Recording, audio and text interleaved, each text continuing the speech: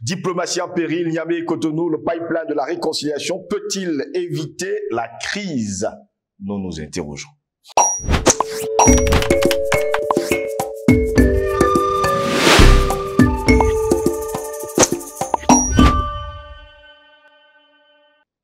Mesdames, Messieurs, bonjour. Très heureux de vous retrouver sur Panafricaniste TV, la chaîne de télévision des panafricanistes, votre chaîne de télévision qui vous apporte le meilleur de l'information. Bienvenue à cette édition de Parole panafricaniste. Le projet d'oléoduc Niger-Bénin est l'un des symboles de la coopération entre le Niger et son voisin, le Bénin. Depuis la prise de pouvoir par les militaires patriotes le 26 juillet dernier, eh bien, tout est parti en vrille et apparemment cela a semé le doute sur son aboutissement. Le Bénin étant un pays parmi les autres qui voulait renverser le nouveau pouvoir d'Abdourahmane Tiani pour installer à nouveau Mohamed Bazoum. Depuis qu'elle est dirigée par Abdourahmane Tiani, qui a pris le pouvoir le mercredi 26 juillet dernier, le Niger est sous sanctions. Des sanctions imposées par la communauté économique des États de l'Afrique de l'Ouest qui n'ont pas empêché le pays sahelien de procéder le mercredi 1er novembre à la mise en service de l'oléoduc Niger-Bénin en construction depuis 2019. C'était lors d'une cérémonie à Koulélé, sur le site pétrolier d'Agadem situé dans la région de Difa, au sud-est du Niger. Celle-ci a vu la participation du Premier ministre Ali Mahaman Lamine Zeyn, nommé par Abdourahmane Tiani au pouvoir, ainsi que celle de Simon-Pierre Rossi et Bintou Kamara, tous deux ministres de l'énergie du Burkina Faso et du Mali, seul soutien du Niger. La mise en service de cette infrastructure pétrolière stratégique, autant pour le Niger que pour le Bénin, marque un tournant dans le bras de fer qui oppose le Niger à la CEDEAO. Pour nombre d'analystes, elle est l'espoir d'une restauration de la collaboration avec le Bénin, brouillée par la fermeture de la frontière terrestre avec le Niger. D'aucuns estiment par ailleurs que le spectre de l'intervention militaire brandi par l'organisation communautaire ouest-africaine en réponse au renversement de Bazoum s'éloigne quelque peu avec ce nouveau développement et pour cause, les intérêts en jeu sont encore plus grands.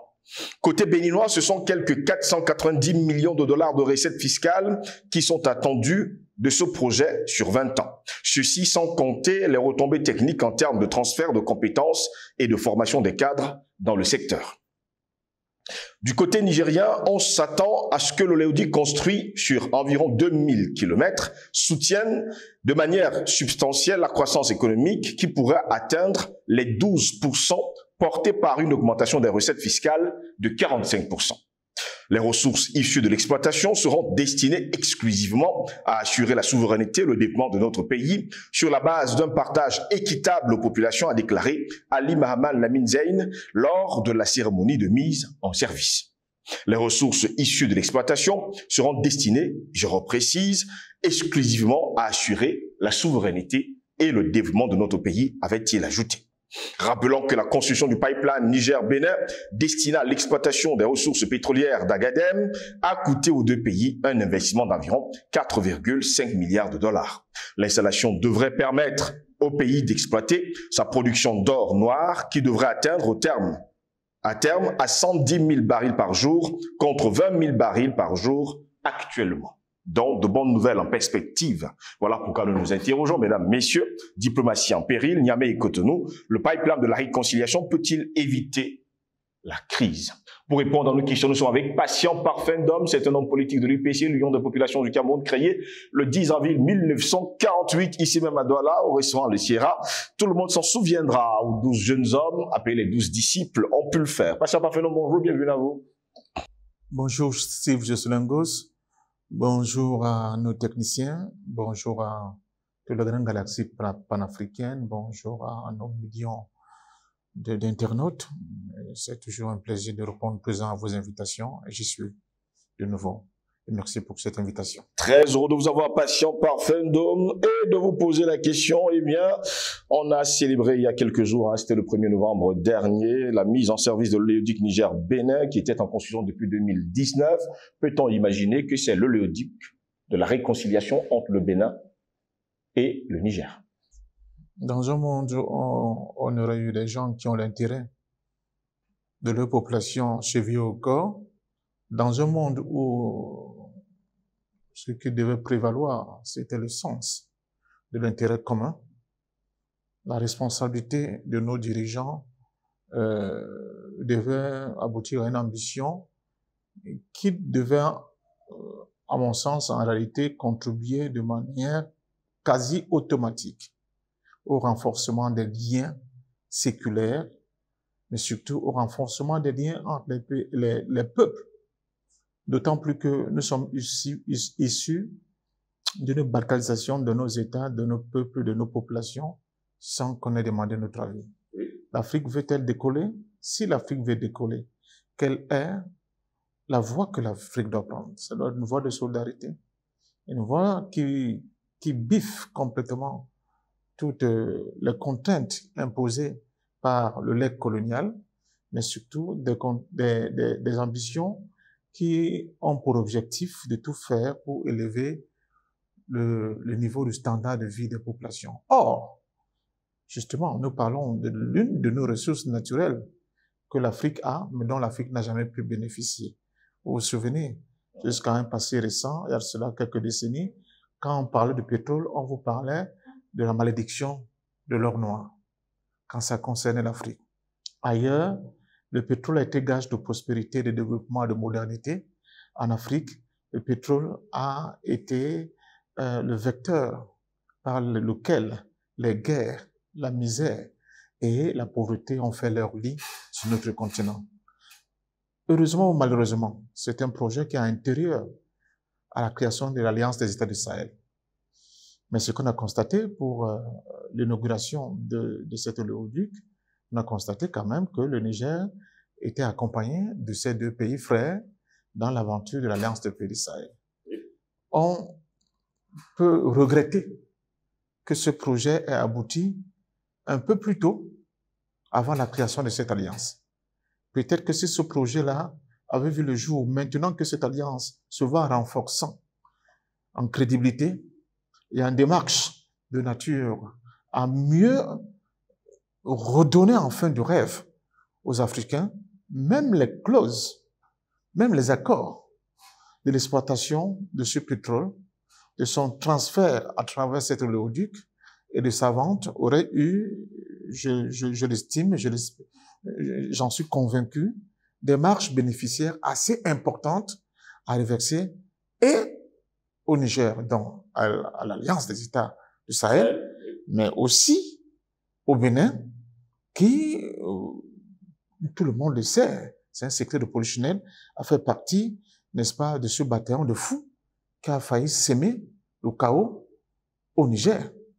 Mais c'est aussi une démonstration pour ceux qui ne veulent pas voir que chaque fois que les Africains sont en capacité de pouvoir créer le devenir de leur population à partir de leur propre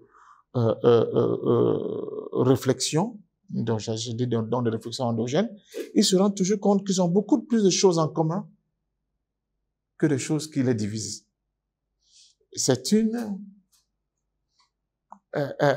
exemple qui montre que entre ce qui nous divise et ce qui nous unit est non seulement plus important, mais aussi énormissime du point de vue des valeurs par rapport à ce qui nous divise en apparence, parce que ce sont que des apparences en réalité.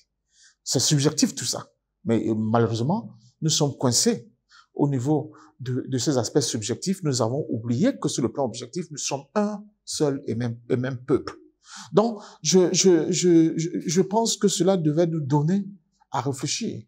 J'espère seulement, je n'ai pas lu toutes les clauses du contrat, ni de l'exploration, ni de l'exploitation du pétrole nigérien avant la charte des Toko-Gourma. Je n'ai pas lu les clauses de cette affaire, de cet oléoduc. On voit comment la question de l'oléoduc Tchad-Cameroun, le pipeline Tchad-Cameroun crée des remous. J'espère seulement qu'on n'a pas laissé trop de marge à tous ces faucons, à tous ces flibustiers impérialistes occidentaux qui se vêtissent de temps en temps de la toge et d'habits des Noirs que nous sommes pour venir, n'est-ce pas, bouffer dans ce gâteau-là et prendre des marches importantes, le laissant aux populations, aux peuples, aux différents pays que des miettes en réalité. J'ai l'impression que c'est pas ce type de contrôle léonin auquel nous allons faire. Suivi la déclaration du Premier ministre béninois qui a déclaré haut et fort que les ressources justement de cet oléoduc seront exclusivement, c'est le terme utilisé, aux populations nigériennes. Tu connais les discours de tes dirigeants africains. Là, nous sommes au Niger avec... oui, mais là, tu me dis c'est le Bénin.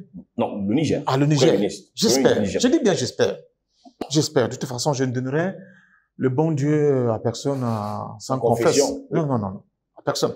Donc, j'espère vraiment. Parce que nous avons écouté, quand l'inauguration de Doba, n'est-ce pas, de ce centre d'exploitation et de pétrole tchadien avec la mise en marche du pipeline Tchad-Cameroun, qu'est-ce qu'on n'avait pas écouté comme discours mirobolant? C'était très beau à entendre, ce fut très beau à écouter, mais des années après, on continue sérieusement d'attendre les retombées de cette opération. Au contraire, on a vu comment des pots de passe-passe, en complicité avec certains hauts commis de l'État tchadien, ont plutôt plongé le Tchad encore dans l'endettement avec son propre pétrole. N'oubliez pas, l'affaire Glencore. Oui. Donc, je crois que il faut qu'on reste assez prudent et en souhaitant tout simplement que l'Alliance des États du Sahel va se constituer en une solidarité, en une organisation qui sera plus regardant sur cette question de ces gestions-là, pour qu'enfin, le discours du ministre nigérien se transforme réellement en réalité. C'est notre souhait à tous et c'est ce que nous espérons. C'est ça, parfait. Donc, comment comprendre qu'un pays comme le Bénin, qui est un pays frère qui s'appelle le Niger, vous avez la même frontière, vous fermez la frontière à votre frère, sachant que vous avez une affaire qui peut vous rapporter à tous les deux beaucoup d'argent à l'avenir. Mais c'est ce qui fonde mon interrogation en amont tout à l'heure. Il y a quelque chose qui tourne pas rond là-dedans. Ça veut dire qu'au niveau de l'expression des solidarités, au niveau de l'expression des souverainetés, il y a quelque chose qui cloche. Il y a au moins une partie qui reçoit des ordres ailleurs que de son propre centre névralgique. À partir de ce moment-là, ils peuvent continuer, ils peuvent se comporter exactement comme nous voyons les Occidentaux, les Européens, je veux dire, se comporter vis-à-vis de la Russie.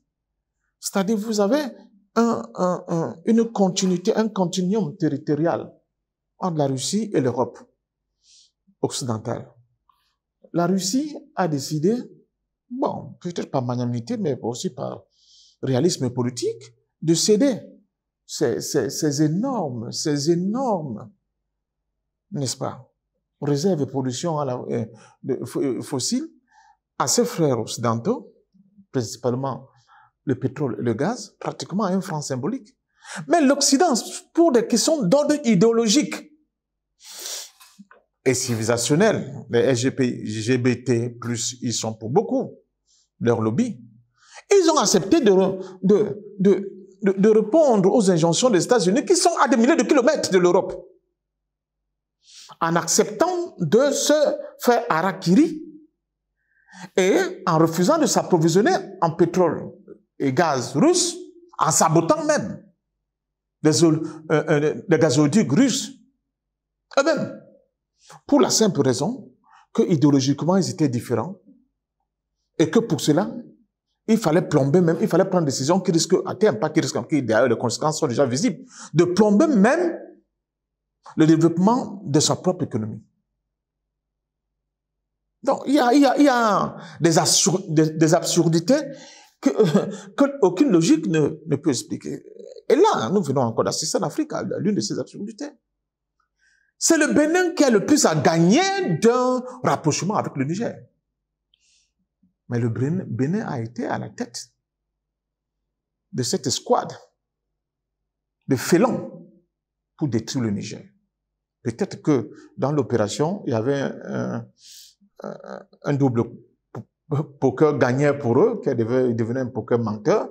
C'est-à-dire que non seulement on a financé, mais en leur faisant la guerre, on va encore prendre des parts, même dans le pétrole même qui sort de leur puits à partir du Niger. Tout ça, tout est possible. Bon, espérons qu'ils aient cette capacité de compréhension des choses quand leur maître les laisse un peu réfléchir. Donc c'est ça. C'est pour dire que l'Afrique ne doit plus continuer à écouter ces gens-là. Je dis que ce qui nous unit est largement plus important que ce qui nous sépare.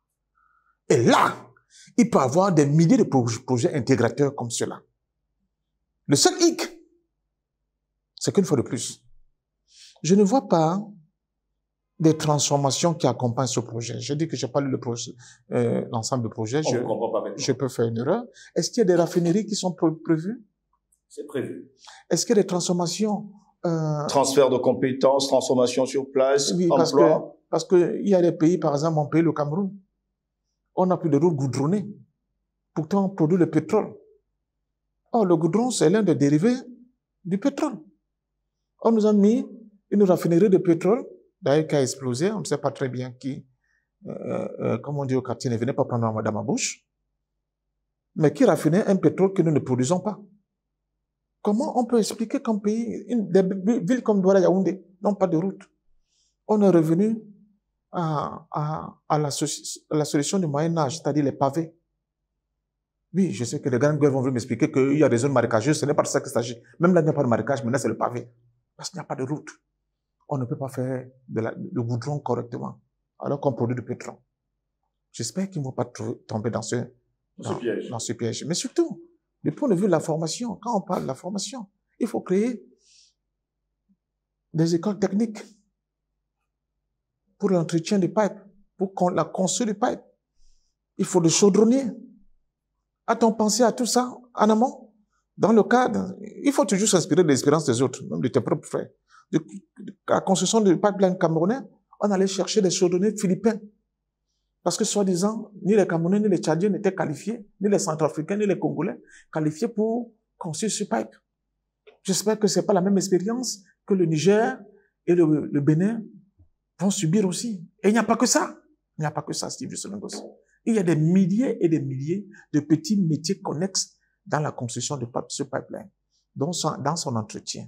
Et après, plus tard, dans, n'est-ce pas, l'exploitation de ce pétrole. Il faut vraiment que l'Afrique se prenne en main, et ça passe par la formation des collèges techniques, des universités, des ingénieurs, etc., etc. Il faut qu'on en arrive là. Il faut qu'on arrête d'être simplement des gens qui sont des bases d'approvisionnement de ces matières premières et qui n'en tirent pas le maximum des bénéfices dont ils sont capables d'en tirer pour déclencher le cercle vertueux de développement dans leur propre pays. Il y a encore quelques jours, le Bénin faisait partie, je parle justement du Bénin, avec Patrice Talon en tête, d'attaquer le Niger pour venir remettre Bazoum à la tête de l'État. Peut-on penser qu'avec cette inauguration de ce pipeline, c'est la réconciliation entre le Niger et le Bénin? De toute façon, si je dis je l'espère, bon, c'est la palissade. Mais c'est l'incompréhension que ces pays ne s'entendent pas. Moi, j'ai été au Bénin. C'est un pays que j'ai aimé. J'ai même tenté, malheureusement, il y avait des problèmes au Togo, pour faire aussi par route le Togo, et pourquoi ne pas arriver au Niger. J'ai des amis qui venaient du Niger, avec qui nous sommes rencontrés à Cotonou, on a partagé la bonne franquette, en toute amitié panafricaine. Je ne comprends pas comment les Africains peuvent continuer de réfléchir en plein 21e siècle que sur des questions qui ont trait à des questions de dévolution de pouvoir, des questions de remplacement d'un individu par un autre individu à la tête de l'État, des questions de valorisation des opinions nationales, des questions de prise en compte, n'est-ce pas, des désirata du peuple, que on accroche ça sur des principes du type démocratie, alternance, respect des droits de l'homme, respect des principes démocratiques, des conneries comme ça, au point de dire qu'on est prêt à aller faire la guerre contre un pays tiers. Donc je ne sais pas ce qui était passé là dans la tête de ces dirigeants de la CEDEAO, le président Talon en premier. J'espère que tout ça va se terminer et que les gens comprendront que le temps est arrivé pour l'Afrique de se prendre en main elle-même. Merci à vous, Patient Parfait, d'avoir répondu à nos questions. C'est moi qui vous dis merci. Une fois de plus, merci à Panafricanist TV très belle aventure. Une fois de plus, merci.